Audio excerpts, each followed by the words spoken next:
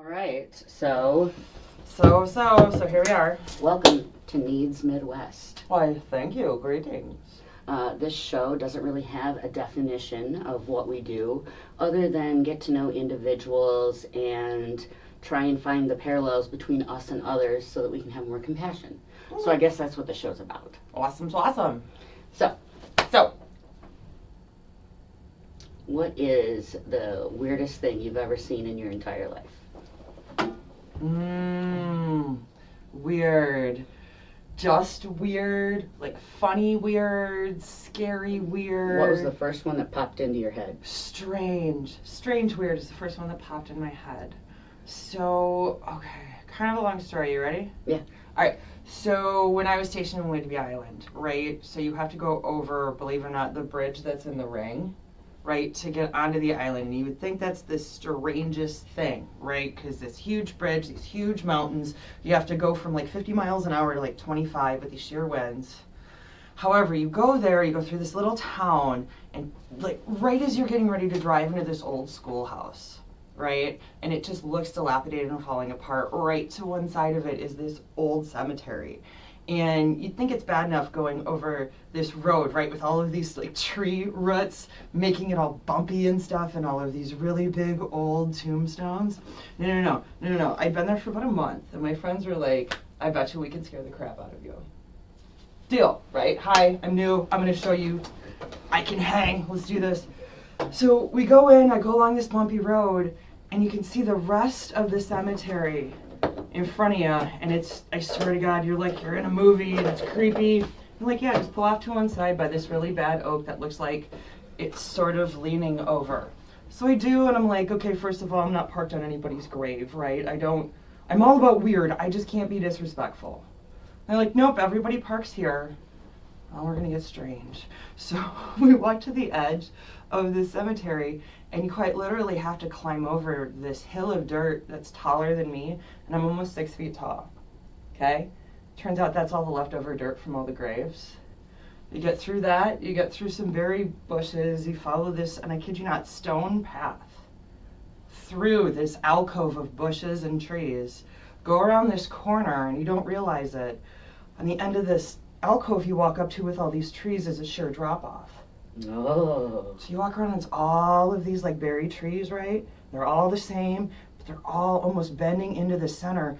And this is the strange, weird part. Same kind of tree was growing upside down. Upside down, like roots are in the air taller than me, and branches are coming up out of the ground like arms reaching out to you. Wow. And they'd been there for like 200 years. Wow. I totally thought everybody was screwing with me. No. All of the locals know about it. And there's certain nights you don't go to the cemetery because there's certain people that have never been seen again. Like, gone. And okay, so yeah, I was dead sober. I was 19. I was in the military. I wasn't making stuff up. We go to leave, dude. Totally thought everybody was messing with me. They were scared as I was. You could hear somebody screaming, "Get out."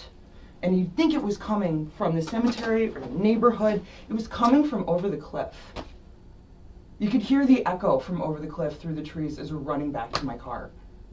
Weird. So there you go. There's my weird. I have theories that'll debunk that, but I don't know if you want them.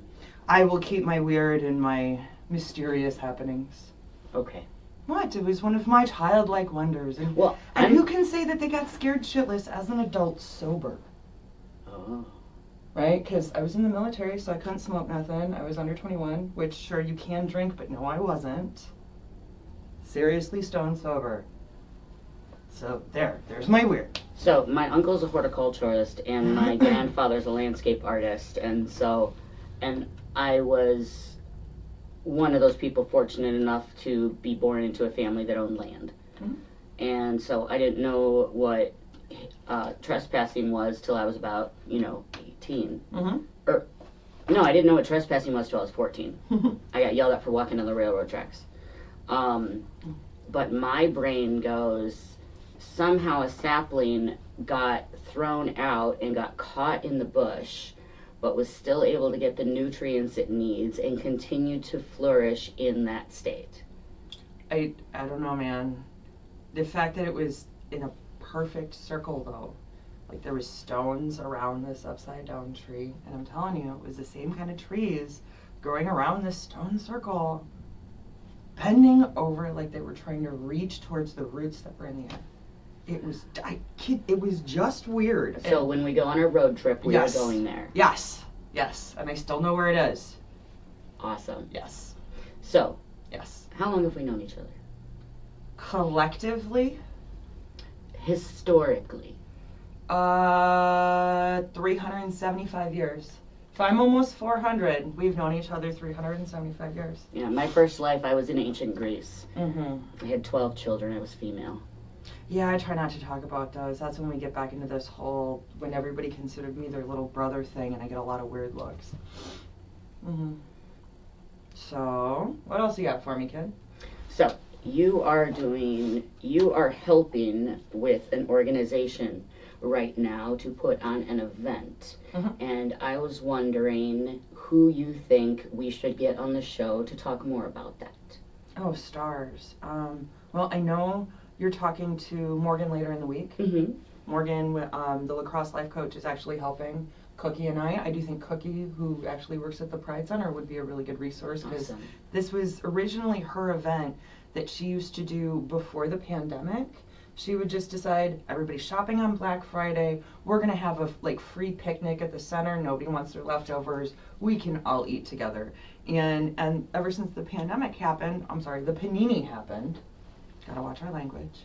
Ever since that happened, she really wanted to come up with something that was bigger and better, and then we had the why not conversation. Like, why not have it at more places than just the center? Why not see if we can get musicians to help? Why not see what other nonprofits we can do? Why not see who else wants to help? Why not see how big we can make it? Why not see if this is an idea we could do again just about every 6 months? Because there's at least one holiday every 6 months that has been co-opted in some way. That wouldn't it be nice to take it back as a Friends event versus a capitalist I feel that way about idea? Valentine's Day. So, and we are actually having Vampire Prom through GTA. Yes. A couple of days after that. I believe I am going to be helping out in some capacity as a free agent, but I don't know who's going to be telling me what to do. Morgan. It's Okay. a GTA thing. She's the head of GTA. Just found that out the other day, having another meeting. Because, this is all new to me. All of this stuff, all of these committees, meetings, groupings, nonprofits. So now, quick backtrack. For those of our viewers who are not familiar, what is the GTA? That's the acronym that I came up for. They keep calling it the Gays, Theys, and Allies. And they figure anything that's too much of a mouthful, right? Make it something that's catchy. The idea that somebody like me would be playing a video game totally gets somebody's attention of you're having a Grand Theft Auto gathering. No. We are meeting in a geek bar every once in a while. Sometimes we meet at the Pride Center. There are stirrings. They could be having meetings at places like Fork and Fable because of their vegan menu. Yes, if you haven't been to Fork and Fable, it's mwah. Anywho, the Gays, Days, and Allies is actually a group put on by Morgan Schmidt, who's a lacrosse life coach, and she really wanted to have a group where anybody who's interested in fostering new understandings and ideas and cooperations throughout the community should be welcome, should have a place to share their ideas and to openly network. I think that's beautiful. I've been noticing, I grew up in this area, and in 2008 I moved away to Seattle. Right. My husband is adamant that Seattle is not a real place and it doesn't exist. And when I came back here, I kept saying, whoa, this is more like Seattle than what I remember it being. This town, this community has been getting more opening and welcoming the more time and the more exposure these different and alternative lifestyles are put out into the media, the more desensitized they get. And to segue into our nonprofit is the next one on the list for compassion and grace is our homeless community. There we go, absolutely. So one of the things our show is going to be doing once we have more funds, because I want to be able to compensate these individuals for their participation in the show, is we're going to have individuals from Tent City, individuals that have lived in homelessness and have now found shelter. We're going to have so many different individuals that have maybe one or two similar characteristics. Mm-hmm. That does not define them. Absolutely. And we're going to get their individualism There you go. out. So it'll be harder and harder to stereotype them.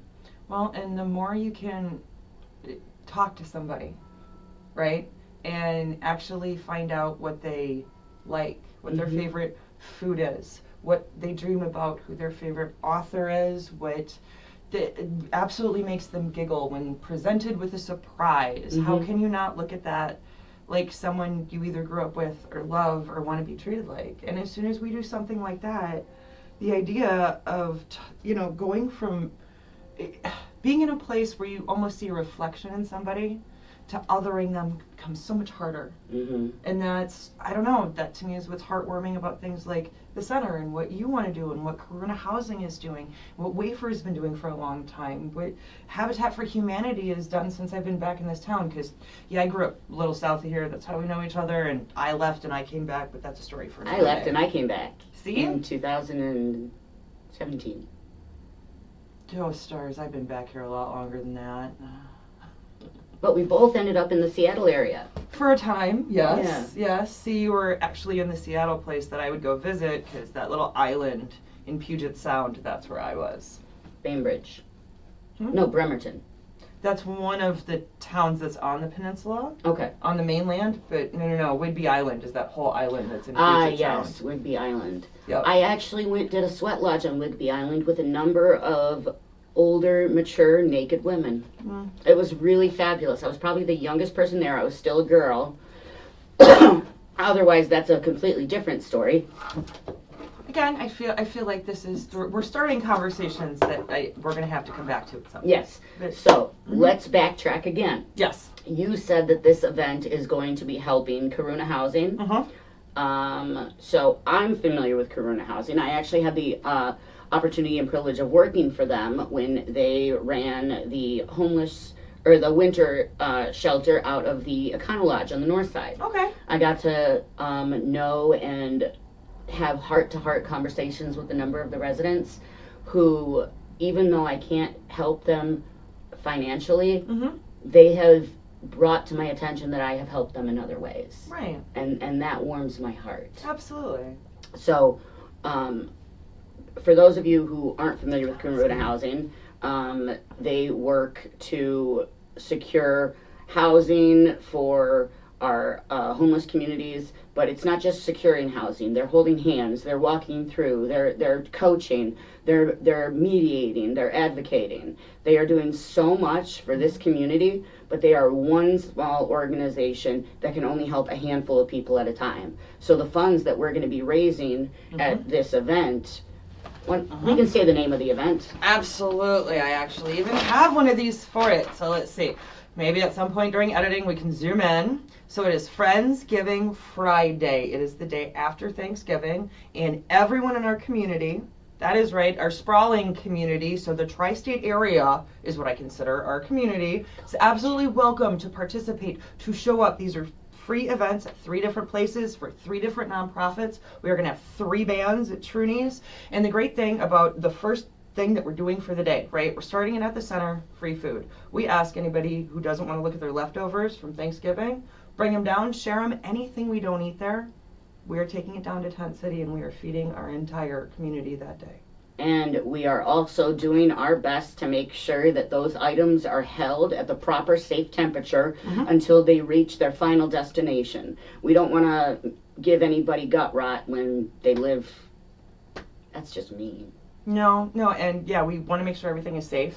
We want to make sure everything is for everyone, and that's why we're asking anybody who knows how to make vegan dishes or non-dairy dishes or their grandma's favorite fudge recipe that they haven't shared with anybody. Stuffing. I'm just saying, if you think it's good food and you enjoy eating it, I promise you there's going to be somebody else that would love to break bread with you, that would love to try something new. And I promise the idea for this is that nothing is going to go to waste.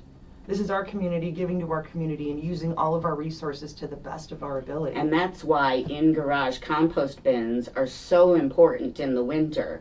Don't just start throwing things away since you can't compost outside. They actually have ones that with ventilation systems that you can have in your garage. I made that up, but I'm pretty sure it's going to be true, so Google it. I love that. But again, sorry, so yes. So here's the thing, and you can check out our event on Facebook. It is called our Friendsgiving Friday. Does YouTube allow you to put pictures in the comments? I think so. We'll put a picture of that in the comments so you can get a picture copy of it, not just zooming in. Right, and we also... Although we do now have that talent. But we also are going to have, we already have one video out for our event, just letting everybody know about it. And I am in the process right now of doing huge shout outs to everybody who has already asked to participate this and has given donations not only for our silent auction, but for our door prizes. And another way that we are making sure nothing is getting wasted, anything that isn't gone from our door prizes or our silent auction is being held until the next Tuesday, where the center is doing their yearly Tuesday giving online silent auction. Yes, it's a mouthful, but it's really fun. So there. And we'll have links for that down below. Yep. I just need somebody to tell me what they are. That's what I'm here for. Now, so I gave a little bit about Corona Housing and how they operate. Yep. And you've done more work with the center than I have. Okay. Can you talk a little bit about who they are and what they do? Okay. The Seven Rivers LGBTQ Connection Lacrosse Pride Center. Again, we like the mouthful of things.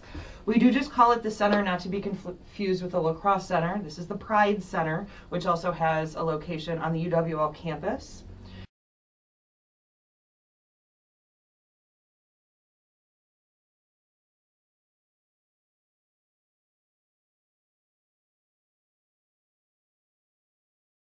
Okay, that is located on 6th and Cass Street, right by the Citgo, right across from Goodyear. And it is a meeting center. It is a place for people to come to hang out, to donate things, to find out how they can support. They're always looking for volunteers. We have a clothing closet there. We have snacks you can buy. This is where we come up with ideas for fundraisers. This is where we have people come in and get educated. They have a library there. They have jackets. They have blankets. They have boots. They have pants. We just actually got done moving our clothing closet from the basement upstairs, so it's actually easier to get to than it was. We do ask everybody has patience though, because you're only supposed to spend about 15 minutes in there. Only take about one bag at a time. We ask that you only visit it once a week unless you need it otherwise. If you have specific things that you are looking for, we are trying to come up with something like a wish list of, hi, I've dressed like this my whole life. I don't know how to walk in high heels. Do you have heels in size 9.5 wide? Do you have somebody who can show this person how to walk in heels and not break their ankle? That's something that we're looking on developing and really getting the resources for. So this is more geared towards finding clothing of the gender you feel on the inside versus providing for those that don't have the finances for it. Actually, right now, it has grown into something of a little bit of both. Okay. And that's why we're actually struggling a little bit to get out the proper message, because yes, we would absolutely love to support people who would like to experiment, right, with clothing options and ideas in a safe place where they can truly discover, hey, if I want to be different, I am welcome here. But equally, we have become, well, not we, but the center has become a place where some of our unhoused community has come to feel safe and warm or cool or dry or understood. So we do have extra t-shirts and blankets and clothes and shoes. And we do ask that they have kindness, compassion, and understanding as they come in too. That we have a time limit. We can only have so many people in there at once. We can only help you so often a week because we are trying to serve as many people as possible. That's part of the reason we're trying to come up with the wish list of what services are you looking for that people we know that are part of the community can be respectful and help you with. And then what is it that you feel that you need? You know, if you need more sheets because, hi, you're like me and sweat a lot at night and kind of need to be able to switch that over, you should absolutely be able to go somewhere that can help you find it. Sometimes that doesn't help either. I can't stand my own skin on skin contact though, so I have to like have a blanket here when my arm's on here and I have to like have a pillow between my legs. And I don't know anybody who doesn't, but again, right, the things that we take as creature comforts, as an assumption of I have this, I can get it easy, what we're trying to do is facilitate that for people who don't have all of the creature comforts in a safe place. So, okay, just for pure transparency, I do help out at the center. I do help with the closet, but officially right now I am not affiliated with it, so I don't want to speak for them too much out of turn. Okay, this is all anecdotal from my perspective, and the exposure that I've had there in the last month has actually been that it's really trying to connect. What's the difference between this left out group of people and this ignored group of people? There really isn't. And together, if we can get them to work together, not only can we help them better, we can find ways for them to relate what they need, that when we can serve them, we can serve our whole community. I mean, like, a rising tide lifts all ships.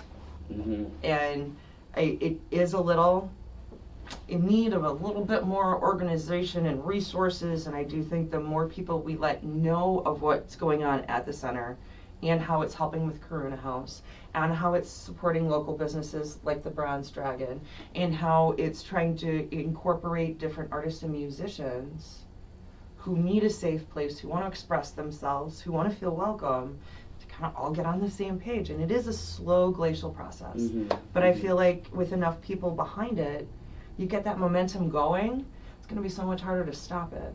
I feel that once one group gets the visibility and a higher percentage of acceptance, the next group decides, okay, now let's try. And it's going to continue that way until we do have equality. It's going to be a hard journey, but I think with our current technology, with multimedia, and just the fact that even those that are experiencing financial and housing deficiency, they still have the ability to go to the library and get on the internet. They can still sit in a coffee shop if they can afford a coffee or the owner's nice and read the paper. So, you know, no matter where somebody is, we have the information out there floating around, and if we get enough of the positive spin of things, the positive, you know, hopeful, productive side of things, if we get more of that out there, then the negative nannies are just going to become a pathetic holler in the distance. Well, and I don't want to take away from that. I absolutely agree with what you're saying. I do think another part or leg of this is breaking down the unknown of unknown, right? Anecdotal evidence. Ready? So last year I was actually... It's 11/11. Uh-oh, do we have to quit? No, just make a wish. Mwah, I did. Okay, so it was about a year ago I got really angry at something that happened on the news because they were trying to say that CBD things were toxic to children. I got very upset, and in my response, instead of being angry and yelling at everybody, I ended up making some informational CBD videos for YouTube of, okay, so the assumption is, right, all narcotics are bad, naughty, and terrible. Okay, THC is this awful, illegal thing. Dare told me that when I was a kid. And then you have this thing called CBD that we're now saying is going to be just as terrible. And okay, so on the front of it, all that shows me is ignorance and rabble-rousing and dog whistling, and you want to point a finger that something is bad without allowing the opportunity for education and information. One of the downsides of being in a technologically advanced society is that just as much misinformation can get out there. And I don't know about anybody else, but when I was growing up, whenever there was a huge family event, like maybe Thanksgiving or something like that, it wasn't matter who was right, it's what louder wins. See, and that's where my brain starts at anger. If you say something dumb, I'm going to yell louder than you. Yeah. But in my old 400-year age, I have actually tried to remember what lessons stuck in my head from when I was a kid. And I remember learning how to be nice and listen from Mr. Rogers. And how did he do that? He did it with hand puppets. So this is how I made informational videos, because I wanted my mom and my aunts to not feel nervous that, oh my God, I'm going into a head shop. No, you're going into a locally owned, like, organically sourced small business that just wants to help our community. And you want to know what magic has happened since then? They got educated. They didn't have as much fear. They asked questions. My Aunt Kathy, right, loves to knit. Her arthritis got so bad she couldn't do it anymore. She stopped in, got some of the Freeze roll-on. She is now knitting every day during her soap operas. My Aunt Barb, who has heart problems, takes a lot of meds, cannot have meds interact, had a lot of questions. She took those questions into Tree Huggers and went, hi, I fell down, a lot of back pain, I'm on these meds, I'm worried about interactions, what information can you give me? Talk to my doctor. Didn't have to even go to the doctor. Actually talk to just the people there. They showed what interactions they know about, what it's tested for, how it can help. They always tell you to start at a low dose because you can always take more. Hi, she got some of the roll-on free stuff. She's now walking her dog again. It's not a cure-all, end-all for everything, but there's a lot of stuff that can help. And isn't it about our quality of life? Mm-hmm. And why suffer if you don't need to? And why wouldn't you want to help a local business who's doing something to give pain relief to people, or to help them with their sleeping, or to help them laugh during the day, or to have an alternative to Red Bull, right, for energy drinks? You haven't I resemble that remark. Yes, and you haven't tried the Odyssey mushroom drinks yet. And No, I can't do mushrooms. I just love it. I love it, I love it, I love it. Anyways, but that's my thing of, don't get me wrong, there's a lot of stuff that makes me angry, and a lot of stuff that breaks my heart, and I can't break it up between my articulation of, okay, let's start here, here's the problem, let's try to find solutions. No, I go to the, duh, if I have to explain it to you, you're not gonna get it, why waste the air? And I can't stop there, because that doesn't help anybody else want to learn anything. So if I get mad, I pull out my hand puppets, and if you can stay mad at my hand puppets, I don't think we should be friends. So we're gonna do a bunch of PSAs, because I happen to have a little theater here, if you haven't noticed. Mm-hmm. Oh, wait a second. I'm gonna get my other Red Bull. Speaking of energy drinks, and I will have my drink of life, thank you. We all do our thing. So, what other questions, comments, concerns, queries do you have, my dear? Well, I think we are getting towards the end of our session. So I thought I would let you turn the tables on me. You can ask me any question you want about any subject, be it in reality or fiction. Whatever your brain comes up with, I am going to answer, and it will not get edited out. Okay. Okay. I like being the center of attention. That's fine. I don't mind sharing. Okay. Let me see here. So, it's a multi-part question. Okay. So, somehow, magically, right, you didn't win the lottery because then you got to give taxes to the government. You magically, under a rock, found a grant for whatever you want for $1 million, right? But you have to do something locally. You can't keep any of the money, and part of it has to go towards some sort of educational certification degree, something. What would you do? I mean, that's super easy. That's what I'm trying to do now. I own a nonprofit called Needs, which is the namesake of this show, Needs MidWest.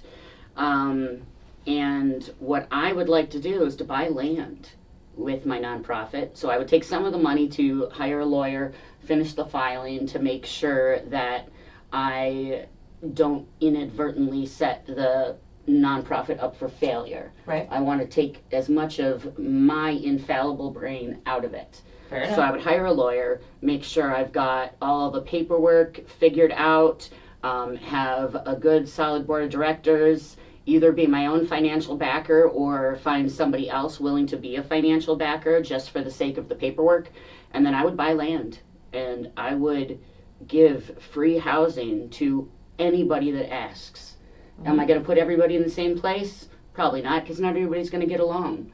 I'm actually planning on having several different types of housing on the land. Some people like the sound of having a neighbor upstairs or downstairs because it makes them feel less alone. So I would have apartment styles. Some people like having their space and not sharing a wall with somebody. Well, there'll be some little tiny houses out and around. You know, there's more than one way to be comfortable. Mm-hmm. And I think a lot of individuals that have the resources to achieve their chosen comfort don't take the time to think about what somebody experiencing economic and housing disadvantage is experiencing. Because sure, they're not at work. You like it when you're not at work, but you have money to go do things. When these folks are not at work, they're fighting for their lives, trying to figure out where they're going to live, trying to figure out when they're going to eat, where they're going to eat. Do they have any friends that have physical disadvantages that they need to get things for that person? How many people are depending on them? Does their family support them, or do they feel like their family hates them because that's maybe something their family said? And those individuals need to be appreciated. Mm-hmm. They need to be given time to get their own sense of center and self-care so that they can deal with the reality of their situation more level-headed. Absolutely. So then tell me, what sort of schooling degree would you use the other half of that potential million for? Well, before I ever wanted to give people a place to stay, I wanted to open a training facility that taught restaurant-style job skills to individuals so that they can feel more confident and being self-sufficient and self-supporting in our society. So like it'd be cooking, catering, management, business, so law, cleaning, building, cleaning. Yep. So the whole gamut. Janitorial stuff, food prep stuff, food safety, food sanitation, customer service, concierge, and then I also want to have a restaurant there on site that anybody can order anything off the menu, like people coming in from outside. Anybody can order anything off the menu and pay what they want. And if somebody can't pay, then they still get treated like a VIP. Right. They still get that fine dining experience, and the people that are learning these skills learn how to have patience and compassion for those they're working with. Mm-hmm. Sounds awesome. So that's my goal. There you go. That was my question. Give me money. All right. Well, thank you so much for coming on Needs Midwest. Would you like a hug? Yes. And thank you for having me. Yes. Thank you for answering your phone last minute. Amen. Serendipity. I'm telling you, you never know when stuff's going to work out, and you never know what you can do in a day. Later.